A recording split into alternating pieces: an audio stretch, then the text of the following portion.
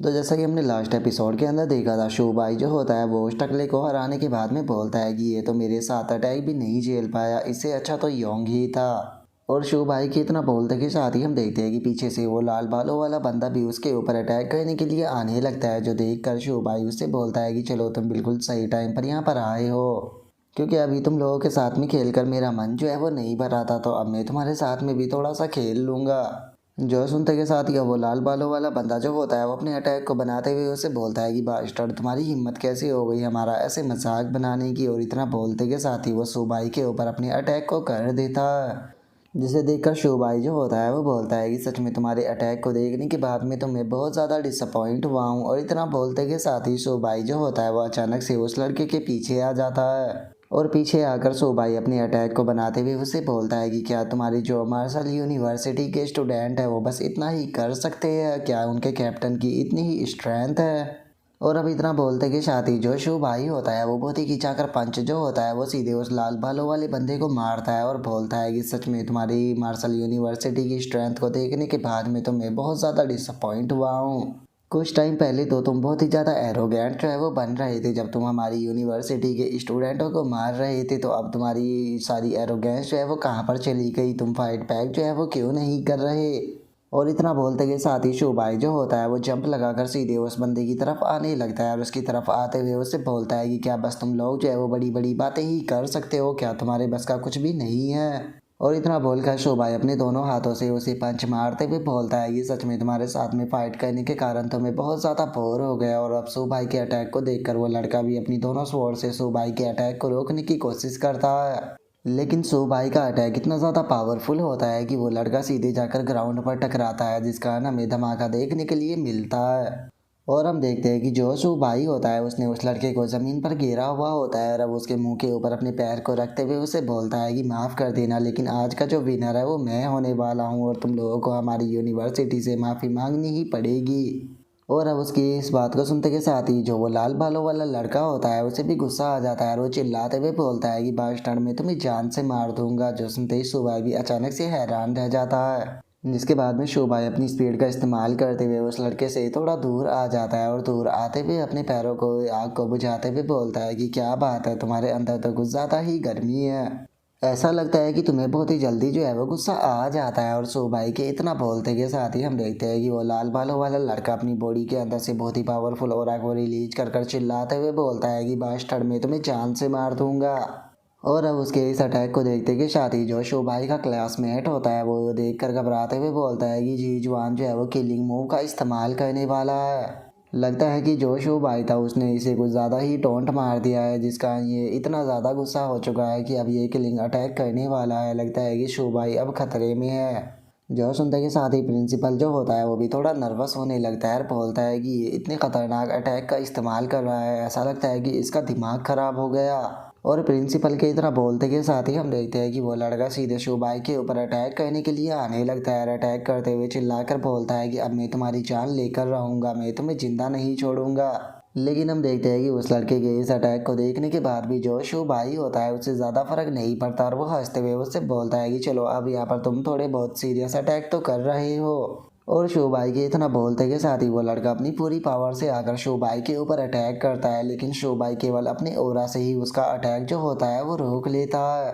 जिसे देखने के बाद में वो लाल बालों वाला लड़का भी हैरान रह जाता है, और वो चिल्लाते हुए बोलता है कि ये चीज़ इम्पॉसिबल है, आखिर तुम मेरी पूरी पावर के अटैक को कैसे रोक सकते हो जबकि मैंने अपनी दोनों स्वॉर्डों का इस्तेमाल किया था। तुम्हारा डिफेंस जो है वो आखिर इतना ज़्यादा मजबूत कैसे हो सकता है, क्या तुम अपनी पिछली ज़िंदगी के अंदर कोई कछुए थे। और उसकी इस बात को सुनकर शोभाई जो होता है वो भी अपने पंच को बनाने लगता है, और अपने पंच को बनाते हुए उससे बोलता है कि क्या बस तुम इतना ही कर सकते थे, सच में इसे देखकर भी मैं डिसअपॉइंट हुआ था, चलो अब अटैक करने की बारी मेरी है।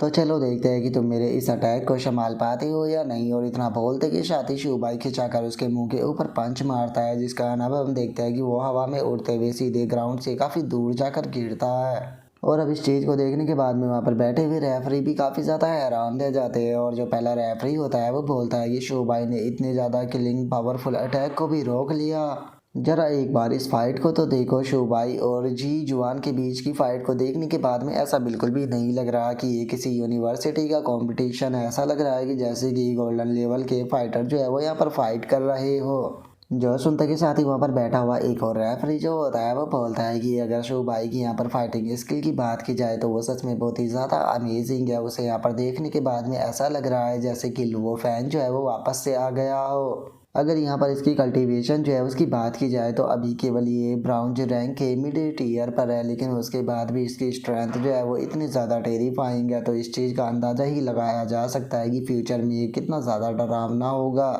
और अब रेफरी के इतना बोलते कि शादी शो भाई जो होता है वो वहाँ पर पड़ी हुई दोनों स्वोर्ड जो होती है वो उठाने लगता है और उठाते हुए बोलता है कि जरा देखो तो ये दोनों ही स्वोर्ड काफ़ी ज़्यादा महंगी लग रही है। और अब शो भाई को अपनी स्वोर्ड उठाता हुआ देखकर वो लाल बालों वाला बंदा चिल्लाते हुए शो भाई से बोलता है कि चुपचाप उन दोनों स्वोर्डों को नीचे रख दो। वे स्वोर्ड तुम्हारी नहीं है बल्कि मेरी है, उन्हें उठाने के बारे में सोचना भी मत। जो सुनकर शो भाई जो होता है वो उस लाल बालों वाले लड़के से बोलता है कि तुम लोगों के एटीट्यूड को देखने के बाद में मैं इतना तो जान गया हूँ कि तुम लोग जो है वो मेरी यूनिवर्सिटी से माफ़ी नहीं मांगने वाले। तो इसीलिए कंपनसेशन के तौर पर जो तुम्हारी दोनों स्वोर्ड है मैं इन्हें ले रहा हूँ, क्योंकि ये दोनों स्वोर्ड जो है वो काफ़ी ज़्यादा अच्छी है और मुझे ये पसंद भी आई। जो सुनते के साथ ही वो लाल बालों वाला बंदा जो होता है वो गुस्से में सुबाई के ऊपर अटैक करने के लिए आने लगता है और चिल्लाते हुए बोलता है कि बास्टर्ड अब तुम हद से आगे बढ़ रहे हो, मैं तुम्हें जिंदा नहीं छोड़ूंगा, मैं तुम्हें मार दूंगा। और इतना बोलकर वो जैसे ही सुबाई के ऊपर अटैक करता है तो सुबाई बहुत ही आसानी से उसके अटैक को डॉज कर देता है और उससे बोलता है कि क्या सच में तुम्हें ऐसा लगता है कि तुम्हारे अंदर इतनी स्ट्रेंथ अभी भी है कि तुम मुझे हरा सको। और इतना बोलते के साथ ही सुबाई जो होता है वो खिंचाकर अपना जो टखना होता है वो सीधे उसके मुंह के ऊपर मारता है और उससे बोलता है कि लगता है कि तुम लोग खुद को कुछ ज़्यादा ही पावरफुल समझते हो। और अब सुबाई की उस लात के कारण हम देखते हैं कि वो लड़का जो होता है वो काफ़ी पीछे जाकर गिरता है और जो शो भाई होता है वो भी उसकी तरफ बढ़ने लगता है। और उसके बाद में उसकी तरफ बढ़ते हुए उसे बोलता है कि तुम लोगों ने मेरी यूनिवर्सिटी के जो स्टूडेंट थे उन्हें बहुत ही ज़्यादा बुली किया है, तो इसीलिए अब टाइम आ चुका है तुमसे हर एक उस बुली का हिसाब लेने का। और इतना बोलते ही शोभाई जो होता है वो धड़ाधड़ कर उसके ऊपर अटैक करना शुरू कर देता है। अटैक करते हुए बोलता है कि ये तुम्हारे लिए एक पनिशमेंट है उस चीज़ की जो कि तुमने मेरी यूनिवर्सिटी के स्टूडेंटों के साथ में की थी। और अब उस लाल बालों वाले लड़के को ऐसे पिटता हुआ देखकर वहाँ पर खड़े हुए स्टूडेंट भी खुश होने लगते हैं और एक बंदा चिल्लाते हुए बोलता है कि जरा देखो तो जीजुआन तो शो भाई के अटैक को रजिस्ट भी नहीं कर पा रहा। जो सुनकर एक और बंदा जो होता है वो बोलता है कि जरा एक बार शो भाई के फिगर को तो देखो, ऐसा लग रहा है जैसे कि कोई कॉस्मिक पर्सन जो है वो आ गया हो। उसके हर एक अटैक इतने पावरफुल है, लगता है कि शो भाई अपनी यूनिवर्सिटी का आज बदला लेगा। जो सुनते के साथ ही एक और लड़की जो होती है वो घबराते हुए बोलती है कि शोभाई की पावर को देखने के बाद में तो अब ऐसा लगता है कि केवल मास्टर हान जैन ही ऐसे हैं जो कि शोभाई का सामना कर सकते हैं, क्योंकि शोभाई तो पूरी तरह से एक मॉन्स्टर है। और उनके इतना बोलते के साथ ही हम जैंग जाओ मार्शल यूनिवर्सिटी के स्टूडेंटों को देखते हैं जो कि इस चीज़ को देखकर बहुत ही ज़्यादा खुश हो रहे होते हैं और वे शोभाई को चेयर करते हुए बोलते हैं कि शोभाई इन्हें दिखा दो कि ये लोग जो है वो हमारे सामने एरोगेंट नहीं बन सकते और ना ही हमारी यूनिवर्सिटी के साथ में दोबारा पंगा ले सकते। और उनके इतना बोलते के साथ ही हम देखते हैं कि शो भाई ने उस स्टूडेंट की हालत बहुत ही ज़्यादा ख़राब कर दी होती है। और अब जो रेफरी होता है वो अनाउंस करते हुए बोलता है कि ठीक है, इस फाइट का विनर जो है वो शो भाई है। और इसी के साथ में जो झांगझाऊ मार्शल यूनिवर्सिटी है वो इस फाइट को जीत कर सीधे फाइनल राउंड में पहुंच चुकी है।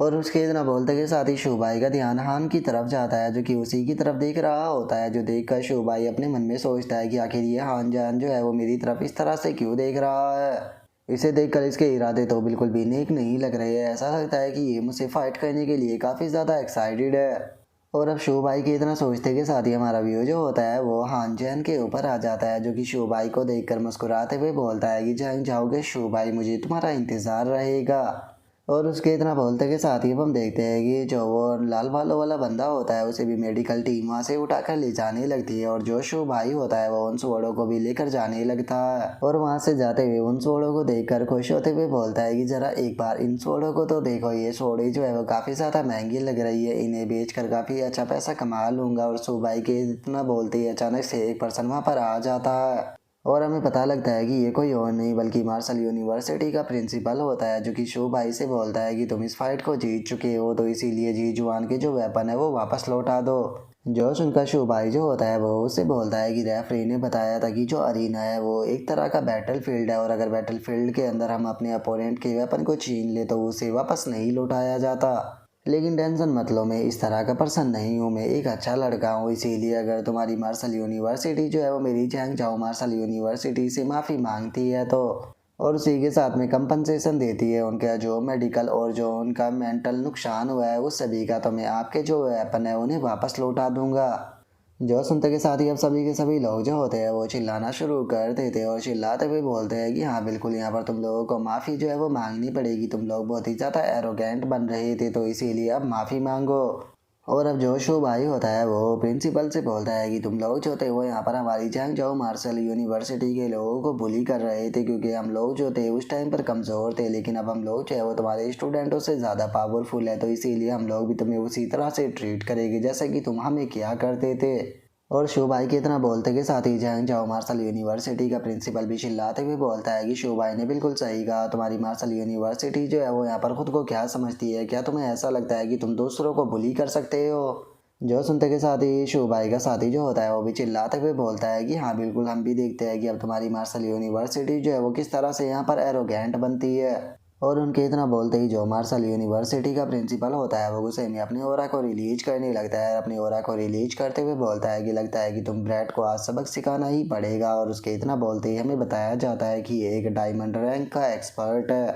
और गाइज अगर आप लोग जो है वो इस मानव के जो कल्टीवेशन के लेवल है उनके बारे में भूल चुके हैं तो मैं आप लोगों को एक बार दोबारा से याद दिला देना चाहता हूँ। इस मानवा के जो कल्टीवेशन रियलम है उन्हें रैंक कहा जाता है। जैसे कि अगर पहले की बात की जाए तो वो आती है ऑर्डिनरी रैंक, दूसरे पे आती है ब्राउन्ज रैंक, तीसरे पे आती है सिल्वर रैंक, चौथे पे आती है गोल्ड रैंक, पांचवे पे आती है प्लेटिनम रैंक। इसी तरह से छठे पे आती है डायमंड रैंक जिसपे कि अभी ये ओल्ड मैन है। और अगर सातवीं की बात की जाए तो उस पे आती है लॉर्ड टीयर रैंक। और अगर बात की जाए आठवीं की तो उस पे आती है मिड टीयर रैंक। और अगर बात की जाए नौवीं की तो उस पे आती है डिवाइन टीयर रैंक।